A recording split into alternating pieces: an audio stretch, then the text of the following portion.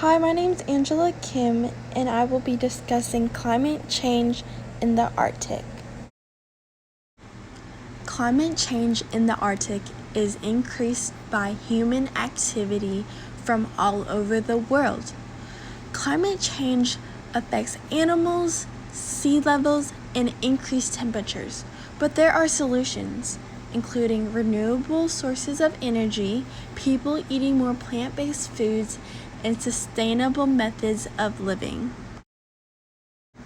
Climate change affects Arctic animals because they depend on life in the Arctic. It takes generations for an animal to evolve to a certain climate, so this rapid change in climate can cause malnourishment in the animals or sometimes even death. These animals are endangered by climate change. This is a picture of a starving polar bear captured by Christina Mittermeier, which shows the first-hand accounts of the effects of climate change of polar bears in the Arctic. Another effect of climate change is an increase in sea levels. Sea levels rises as a problem for the Arctic because sea levels rising can cause a decrease in land. Also, Garner from NASA says that in the past 20 years, the global sea level has risen more than 2 inches. Rising sea levels also causes as a risk for flooding in major cities.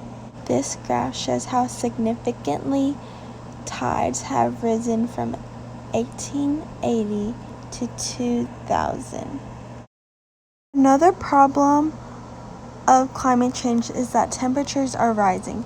This is a problem because temperatures rising in the Arctic also causes temperatures all over Earth to rise, which increases the melting of ice in the Arctic.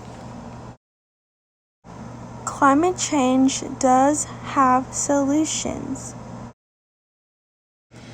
The first solution is renewable energy. Renewable energy is great because it is infinite, while energy sources like oil are finite. Renewable energy can be found in solar panels, wind energy, thermal energy. Renewable energy also decreases climate change because renewable energy does not emit as much CO2 emission as for non-renewable resources. This graph shows how renewable and non-renewable energies differ in carbon dioxide emissions. As you can see, coal emits over 100% more than solar and natural gas. Another solution is for people to eat more plant-based foods.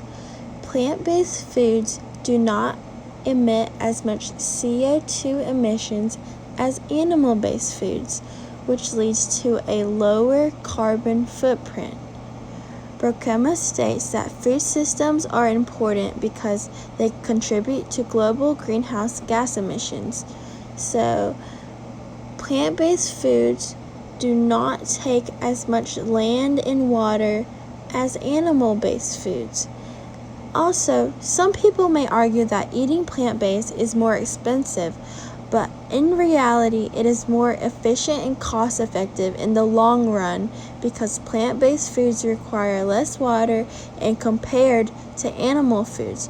Also, Impossible Food, a plant-based brand, has even lowered their prices by 15% in 2020 because of an increase in plant-based eaters.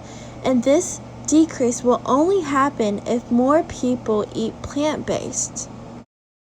This chart shows how plant-based eaters produce less CO2 emissions compared to meat eaters.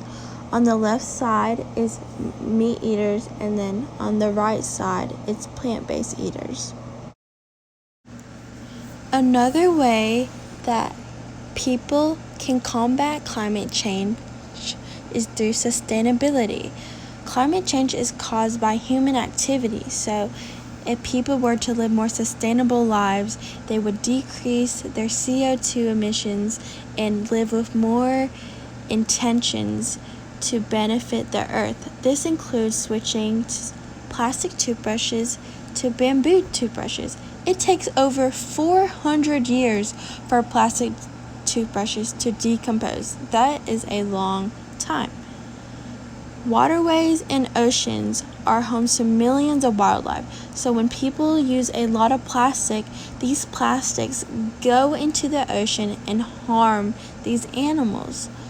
To combat this, people can use glass or they can use reusable containers. Overall, climate change can only be solved if people work as a collective to benefit the earth more and to stop harming the earth. There is no planet B, so people have to see that climate change is a real problem. And this is my works cited page. Thank you.